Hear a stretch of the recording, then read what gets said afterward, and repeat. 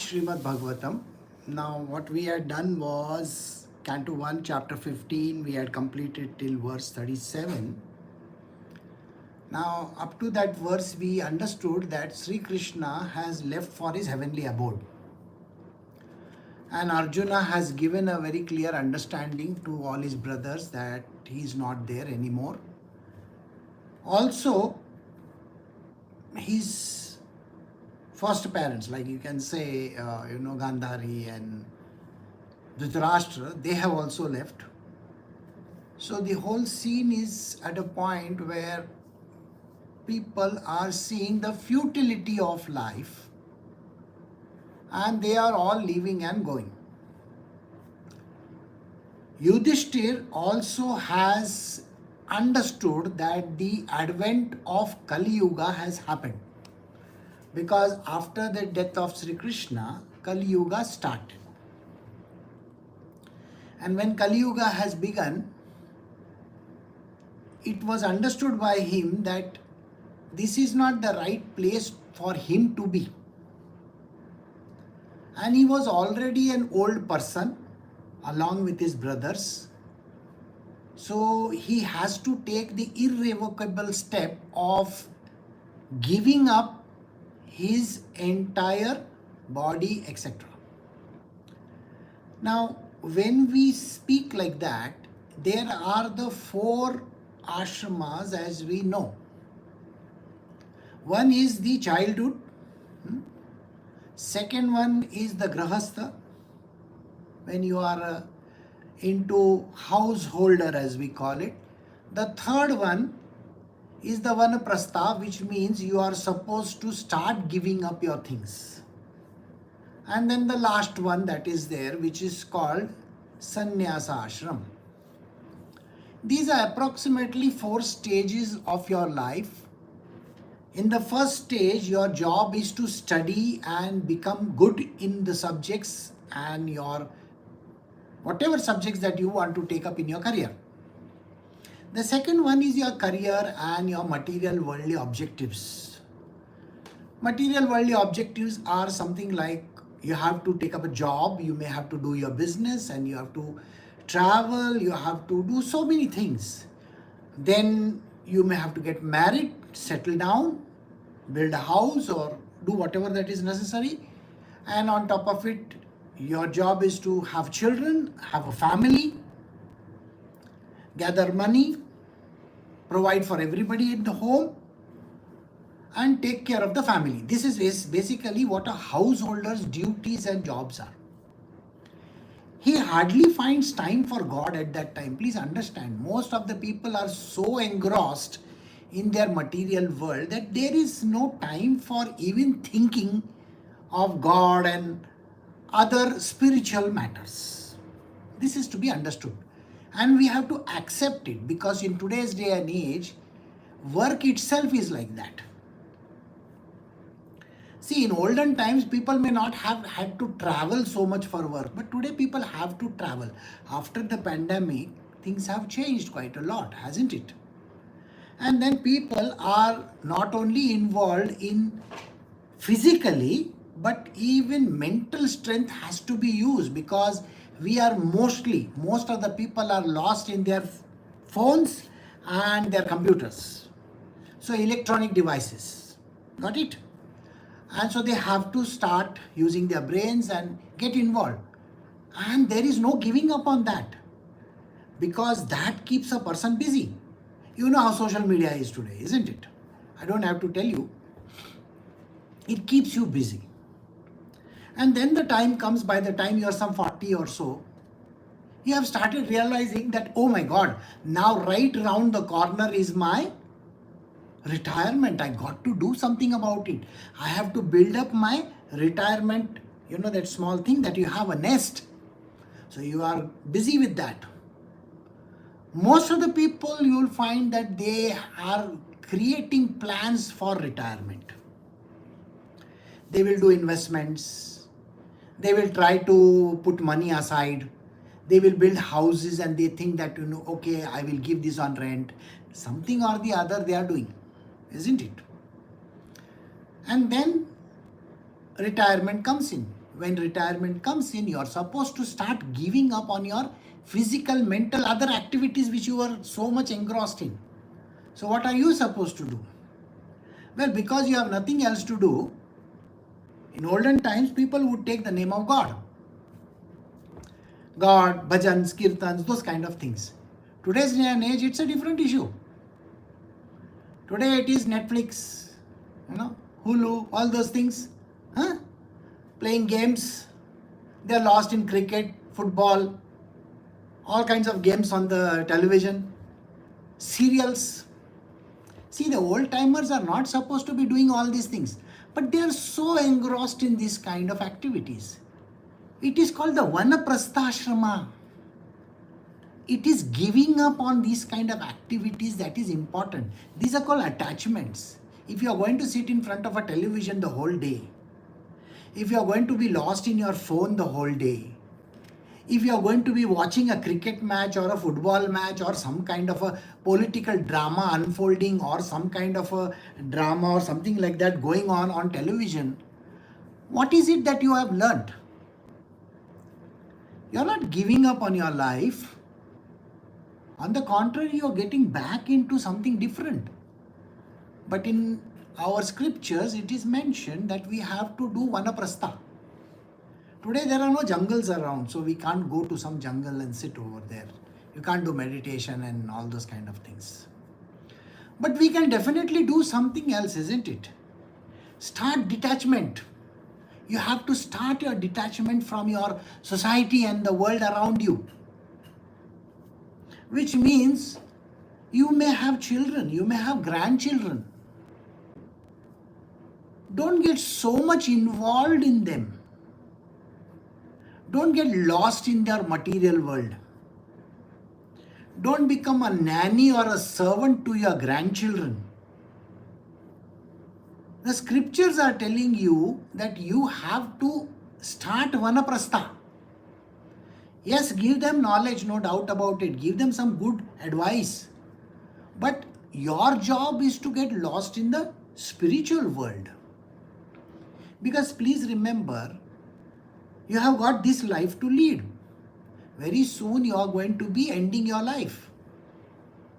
Isn't it important that you today understand these things and get ready so that you don't need to come back again and again and again?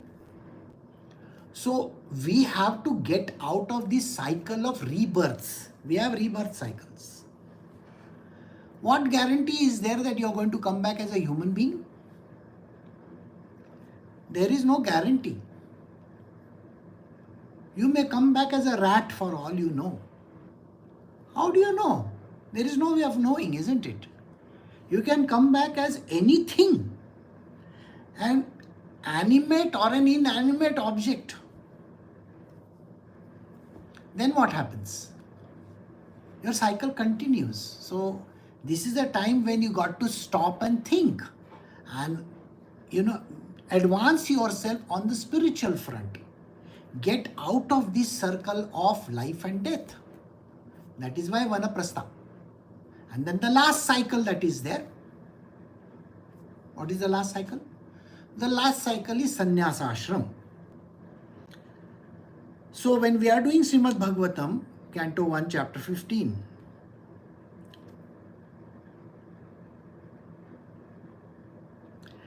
we are doing Srimad Bhagavatam, Canto 1, Chapter 15, verse 38. Thereafter, in the capital of Hastinapur, he enthroned the grandson who was trained and equally qualified as the emperor and master of all land, bordered by the seas.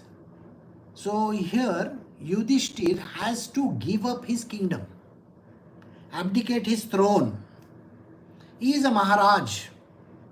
He is a great king. But the moment Sri Krishna has gone away, all kinds of wrong signs are there in this world. You know that. We did that in the last time when we were doing the satsang. People are robbing each other. They are lustful. There are murders, rapes, this, that, so many things going wrong. People are taking away properties. Human beings have become like animals. This is what has happened. Already we understood that. So even in Yudhisthir's kingdom, same thing has happened. And it was high time for him to get out of this rulership, that he was having. So he decides that now I am going to give up. And he starts the process. Whom can he hand over the kingdom to? The most capable person today, when that particular day, was his grandson Parikshit. Now Parikshit is his grandson and naturally he is much more capable.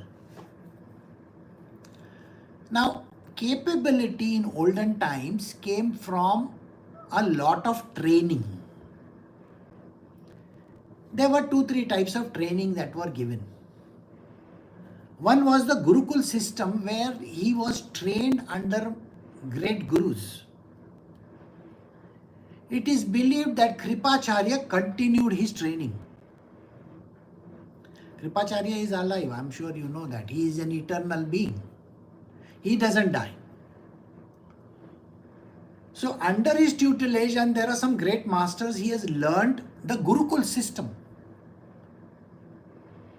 where he has learned the arts and the crafts that are necessary.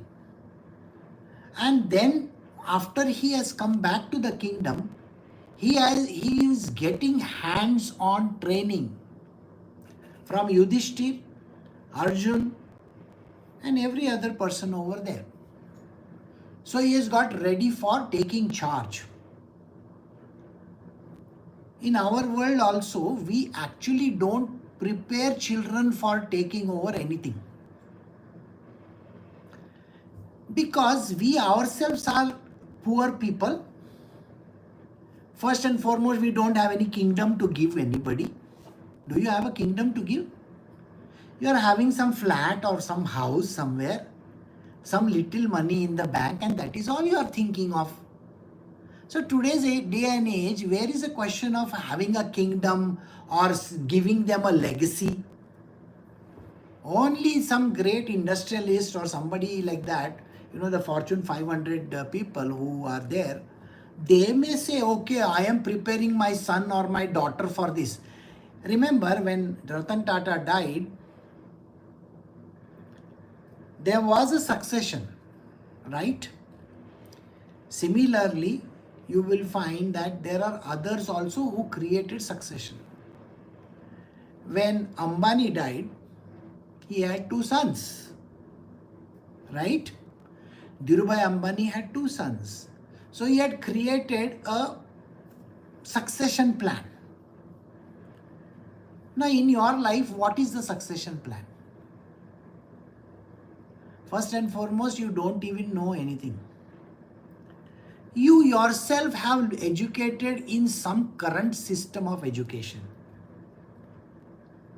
You have gone to some school where they have never taught you how to rule the world. Have they taught you? Nobody has taught you anything. Were you taught any of the martial arts? I don't think so. Were you taught about spirituality? I don't think so. In our world, in the mystical way of life which we are running the program, we teach you about 8 different aspects of life.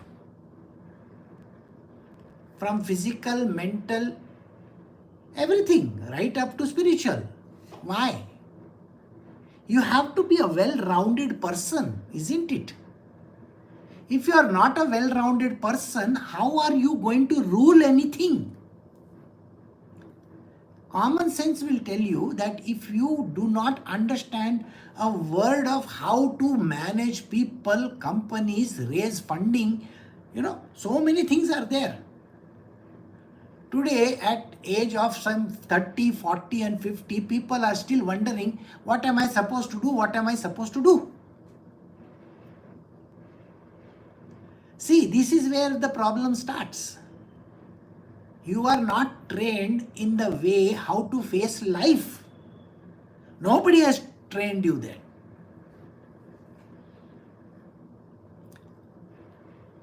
And that is the reason why Parikshit has undergone this massive training, and then his Swadharma was to rule the land. So he rules the land. He's a very good ruler. That is what is written over here.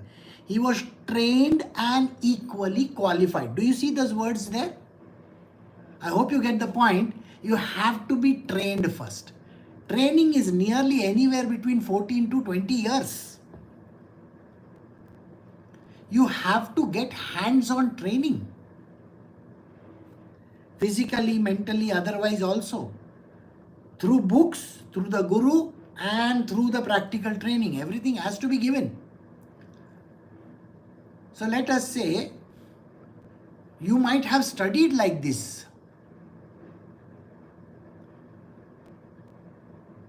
I was recently listening to someone, that person was talking about homeschooling. Think about it. In the homeschooling, do you get to interact with people? No. Human beings need to interact with others. There has to be competition amongst everybody. See, during the times of, say, Arjuna, wasn't there competition in archery and various other things? Right? You know, Gada. Gada means what they use for fighting purposes. So, Gadadhari, as we say, Bhim was there on one side, and on the other side we had Duryodhan and Dushasan and everybody. Both of them were great Gadadharis.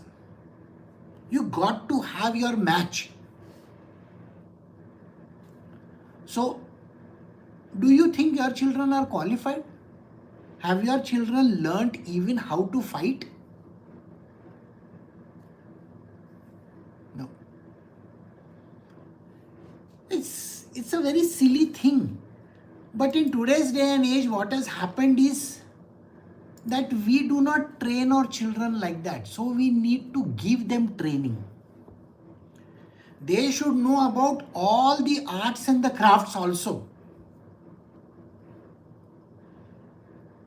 See, in our children's class, are we not teaching them various things?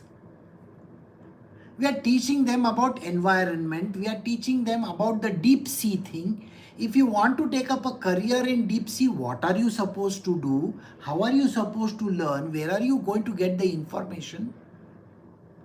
The whole plethora of things are being told. Why? Because if you don't have an idea, how are you going to become that? Today's day and age, every person in India is only interested in cricket.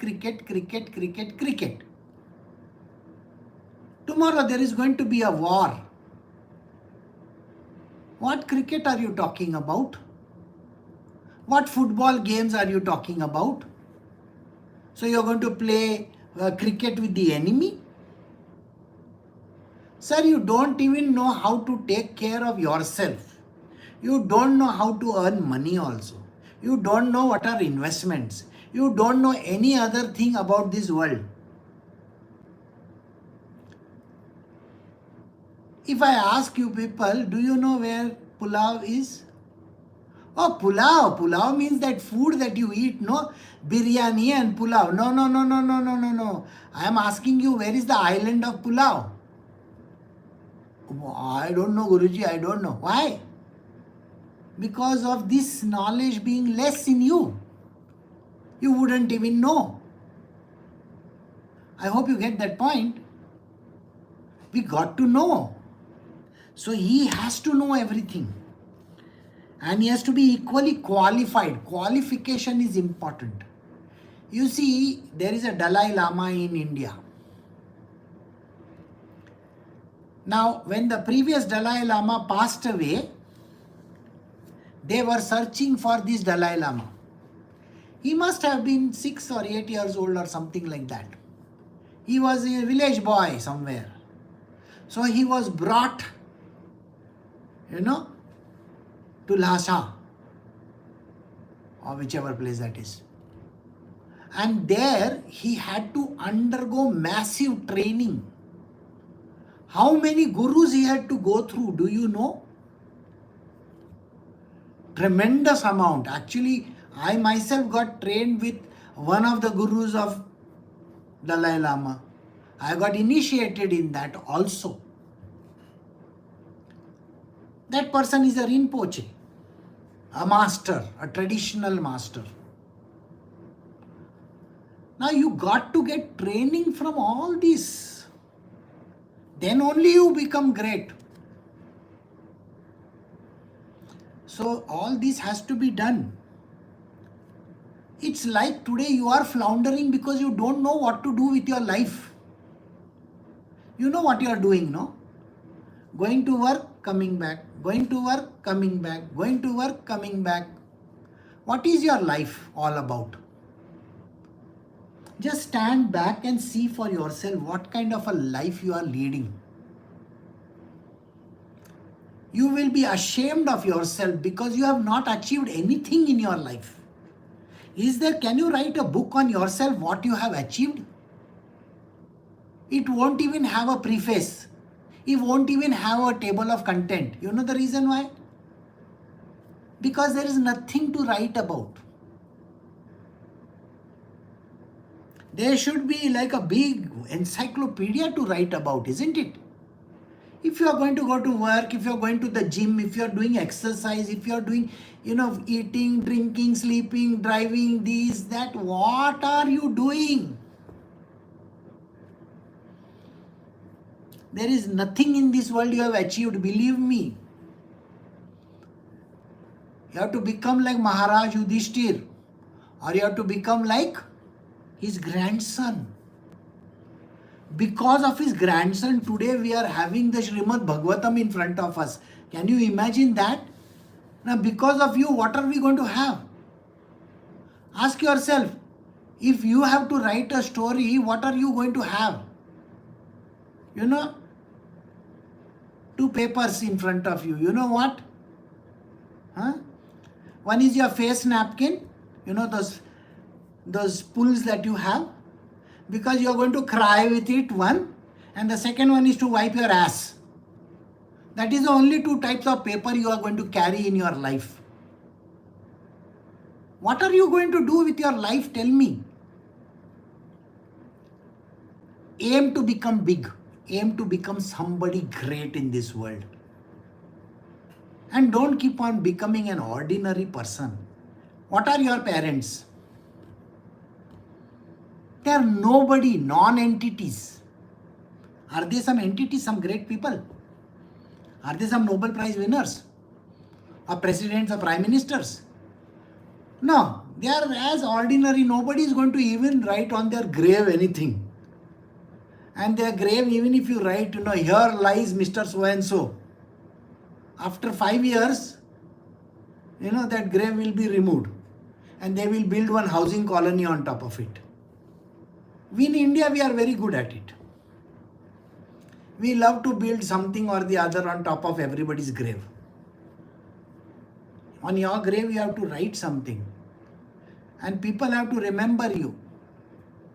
So this book is not just for, a nice story book. No story book. This is your story. So, he has to take over the kingdom. And now, let us see another person. Verse 39, then he posted Vajra, the son of Aniruddha, the grandson of Lord Krishna, at Mathura as the king of Surasena. Afterwards, Maharaj Yudhisthir performed a Prajapatdya sacrifice and placed in himself the fire for quitting household life. See, he does something which is called successions. So remember, there Sri Krishna has gone away. He's disappeared. He has got a son. The son has that means he has a grandson also. And then he has a great grandson also.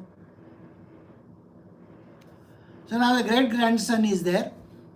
His name is Vajra.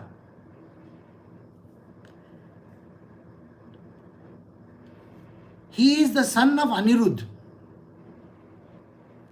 So he is now appointed as the king of Mathura. How close is Mathura to Delhi? Very close, isn't it? So when the kingdom of Mathura fell, do you remember it fell to somebody? Shishupal, do you remember? Shishupal and his father-in-law. Huh? So when the kingdom fell for that, after the war, the kingdom was taken over by Yudhisthir. After Mahabharata, the kingdom went back to Yudhisthir because all this became his territory. Whom did the kingdom belong to of Mathura?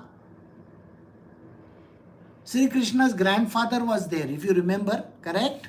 He was ruling that kingdom. And Kamsa story, I am sure you remember Kamsa and everything, all that happened.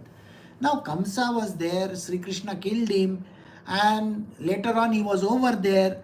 But very soon he had to go to Dwarka. So this kingdom was taken over by his enemy. So Surasena. Now that kingdom was handed over to the grandson of Sri Krishna.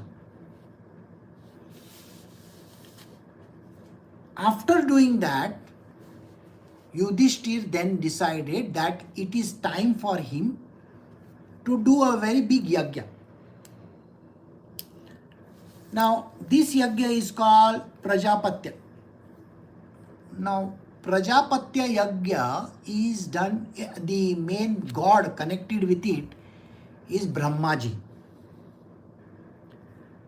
You know, you remember Prajapati. The word Prajapati is there, no? So Prajapatya. So the sacrifice meant for Prajapati. Who is Prajapati? First one, Brahmaji himself. The progenitor. Who is it? The one who starts everything. Correct? So the progenitor is called Prajapati.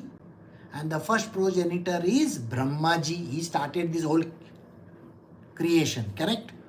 So performing that yagna is very, very important. Sacrifice. Before you begin anything in your life, your job is to do that. Now, why does he do that? We will see it from the next verse. So he finished this Prajapatya sacrifice, placed himself in fire for quitting his household life. When you have to quit a household life, you have to perform a yagna, a sacrifice. Remember, it's the beginning of something new, isn't it? So when it is the beginning of something new, the first thing is always to do some kind of a sacrifice. So what is it that he is beginning? Let us see from the next verse, verse 40. Maharaj Yudhishthir at once relinquished all his garments, belts and ornaments of the royal order and became completely disinterested and unattached to everything. This is exactly what you are supposed to do if you take up Sanyas Ashram. What does Sanyasa mean? That means you are actually relinquishing everything. First thing that you got to relinquish is this body. The body which you have ownership of.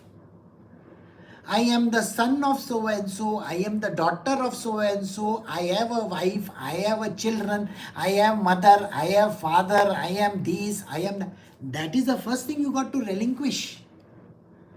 You don't have anybody. Yours is nobody in this world. You don't have family. You don't have a house. You don't have clothes. You don't have properties. You don't have money also. I hope you are getting it clear. When you are giving up something, you can't take anything and go. Nothing is yours. So in Sanyas Ashram, the last one which is there, why are you carrying your passbook? Why are you carrying your credit card? Why are you thinking I need money to eat food? I hope you are getting it. The Prajapatdya sacrifice is meant for starting something new. That means your past life is over. Finished, gone. We have already demolished that tribe. Nobody knows where that life is.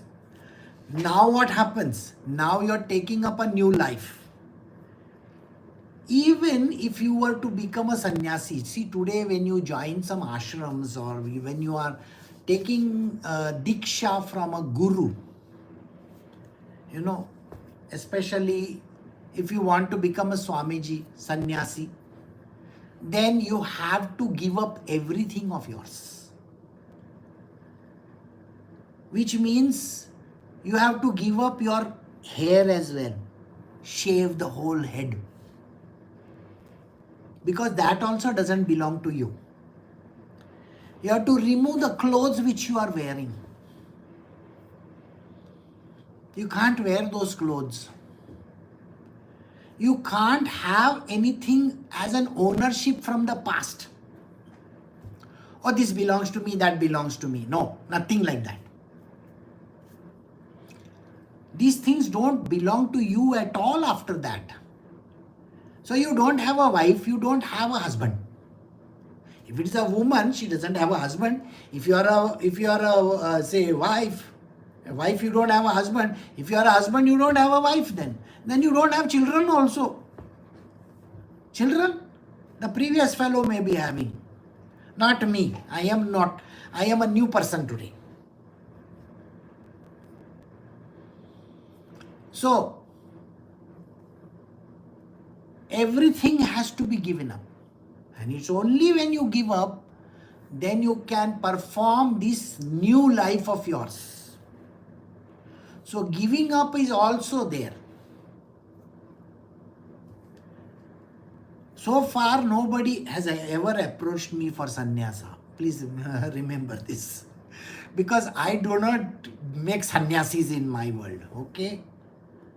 When I had to meet my Gurudev, I was very clear that, see, he himself told me you cannot become a sannyasi. That is the first thing. He gave me one kick in my ass. Said, get out, go back. I had no choice. Go back. I said, I don't want to. But then I had to cut a deal. Actually, I used to wear really all those good fancy clothes. Some of you might have seen me before. I would wear, for me, I always loved wearing pastel color shirts and dark blue pants. This was my kind of a uniform. I would wear black shoes, socks every day to work also. But when I became this person, I told my Gurudev first, I don't like this orange color clothes, so don't give me that. So there was something, like, should I wear, kurta pajama or something like that? I tried it for 3 months. I couldn't cope up with it.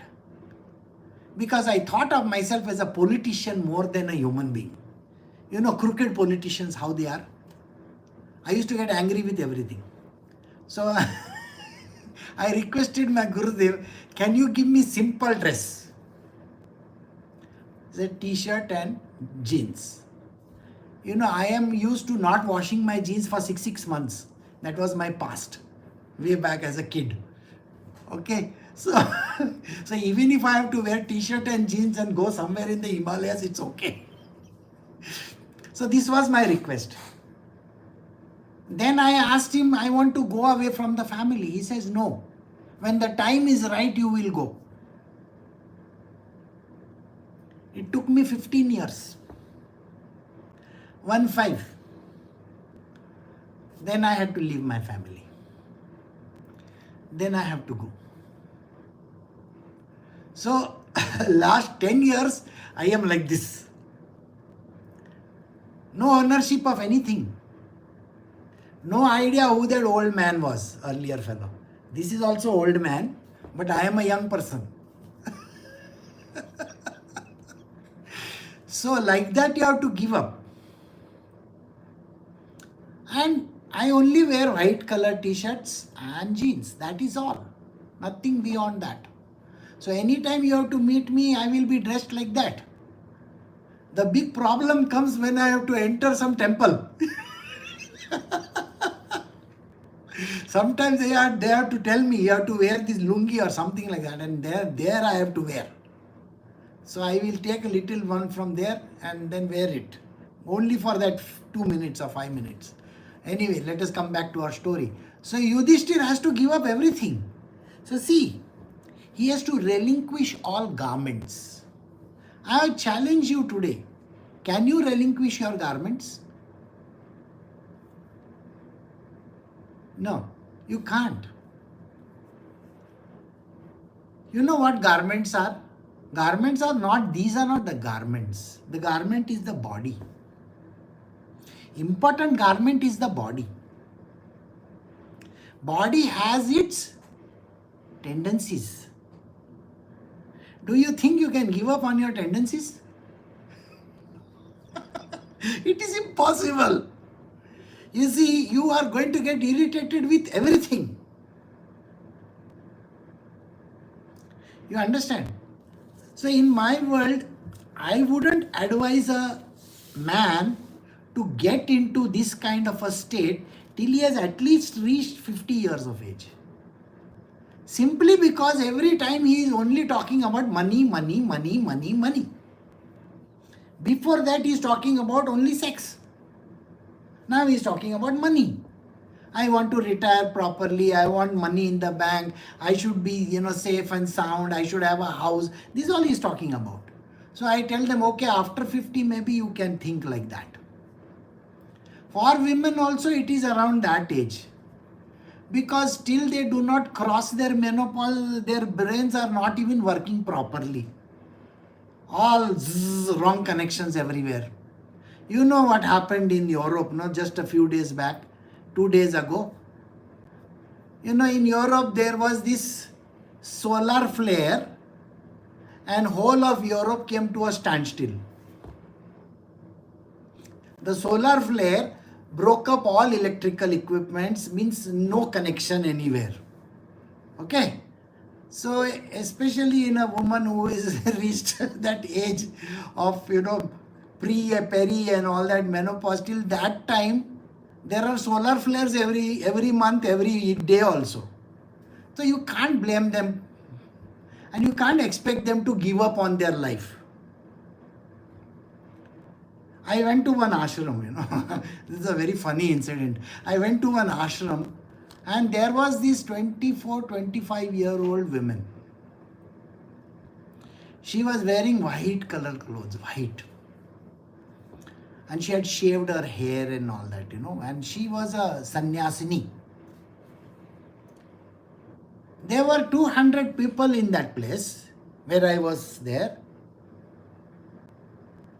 Every person over there, these guys had come for spiritual upliftment, okay? Think about it. These guys had come for spiritual upliftment. The God's image is here in front, like this big one. She is sitting in that corner, or rather, whatever she is doing.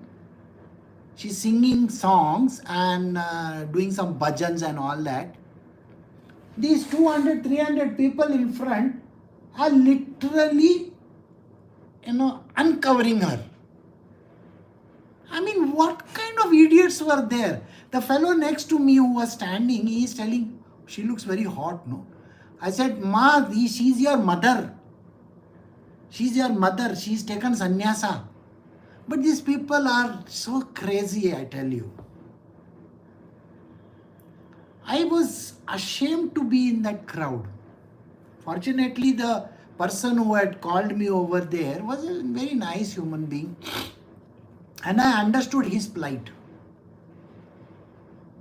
But this lady, she was very pure, by the way, very pure, very beautiful. But the problem was the whole world was looking at her as if she is some objectification, as we call it. I didn't like it. And that is the reason why I would request women after the age of say 40, 45, after they have finished everything, then they should go and join. Not before. Because then everybody is interested in something else only. It's not good. So there is a certain age. So Sanyas Ashram is like that. So you have to give up your clothes, garments, belts and ornaments. Oh, I have a husband. I have to put this ring and go. No husband there, no wife also. Didn't I tell you that? You can't have anything in your neck also. No. No ornaments. Only plain vastra. Completely disinterested and unattached to everything. A person has to become like that. Disinterested in everything. You can't be interested in this and that and that.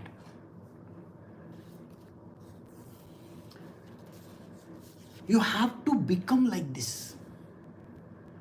Then he amalgamated all the sense organs in the world, then the mind into life, life into breathing, his total existence into embodiment of the 5 elements, and his body into death. Then as pure self, he became free from material conception of life.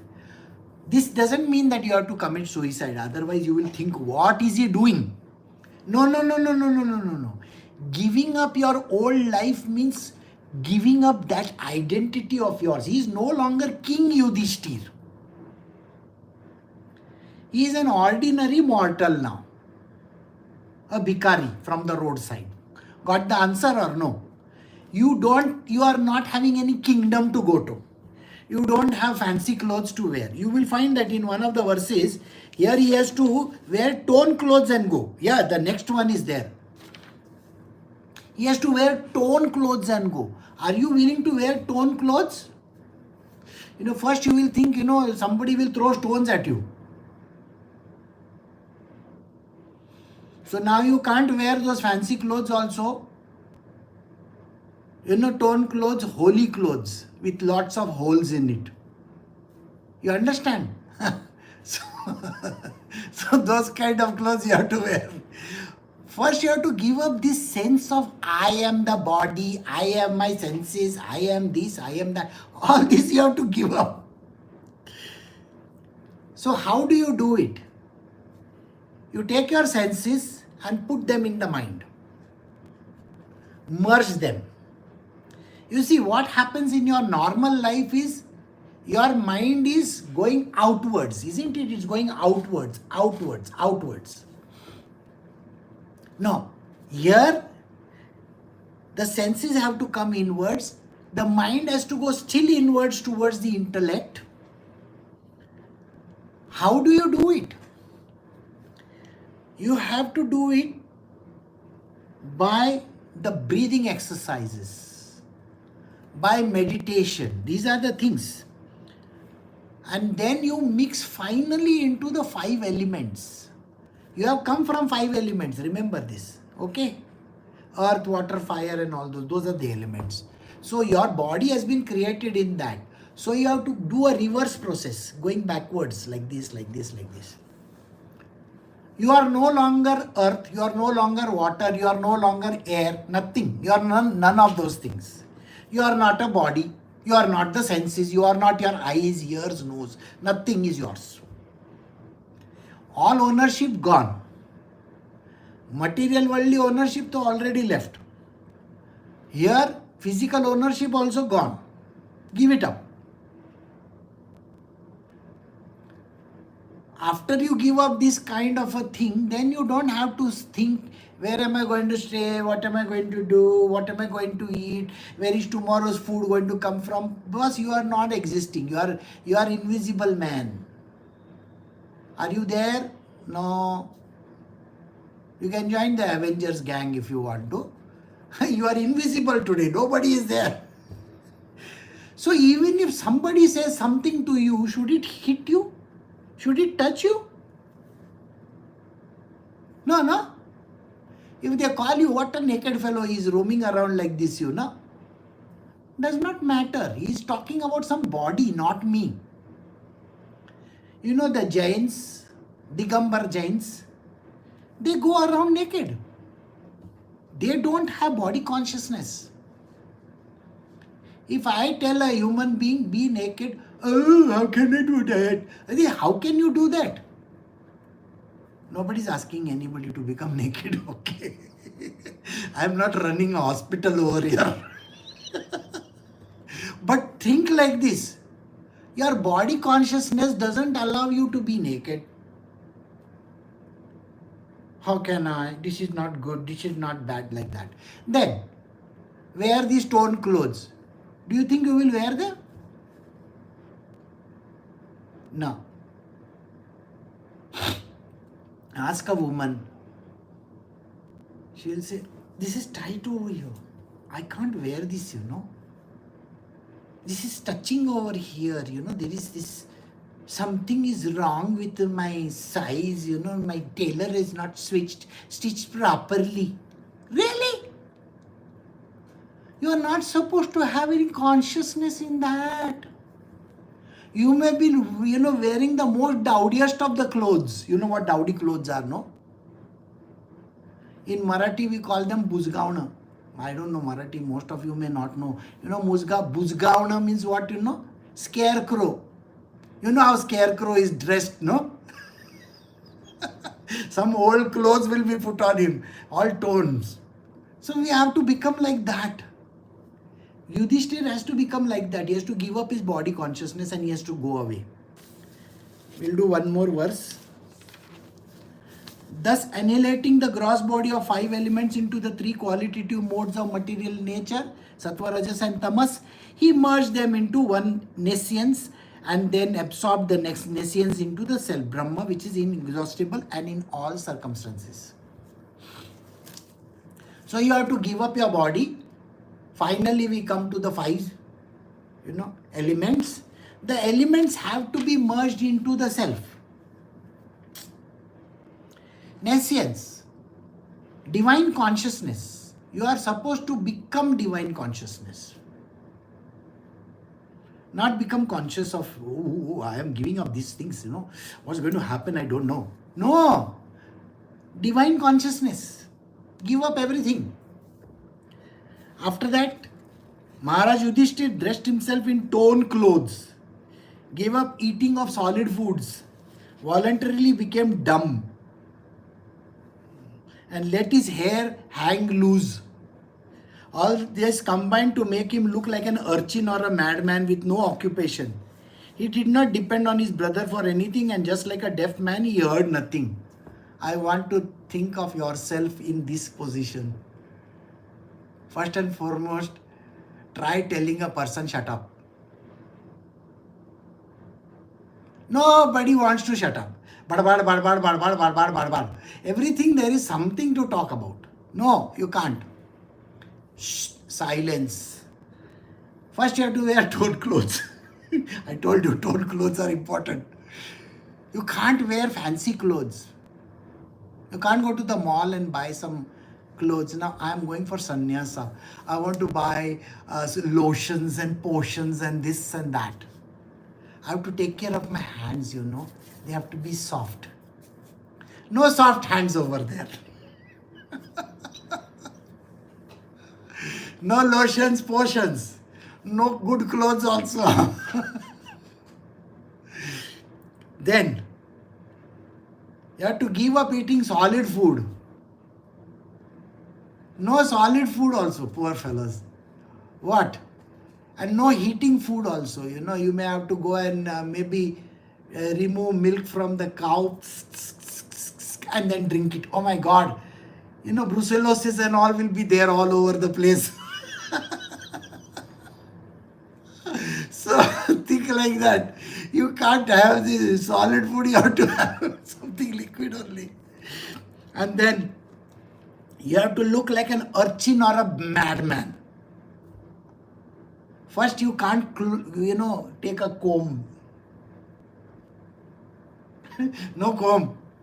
No hair cutting salon. No beauty parlor. Nothing. You are not allowed anything.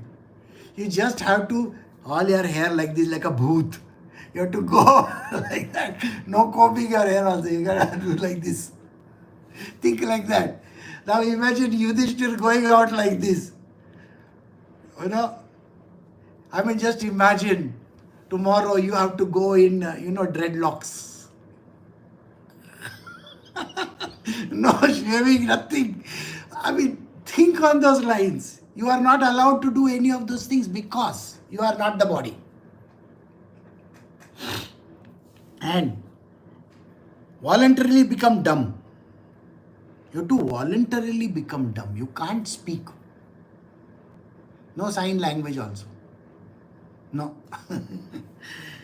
He did not depend on his brother. And especially you can't depend on some relative of yours.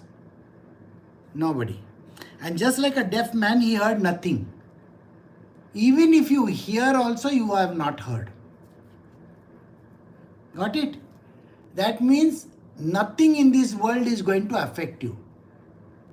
India, Pakistan, something is going on. Israel and all those people, something is going on. You have not heard anything. So you understand what I'm talking. It's like that. You have to give up everything. And this is what Yudhisthir has to do. And we have come to the end of verse 43. We will stop over here. Recording stopped.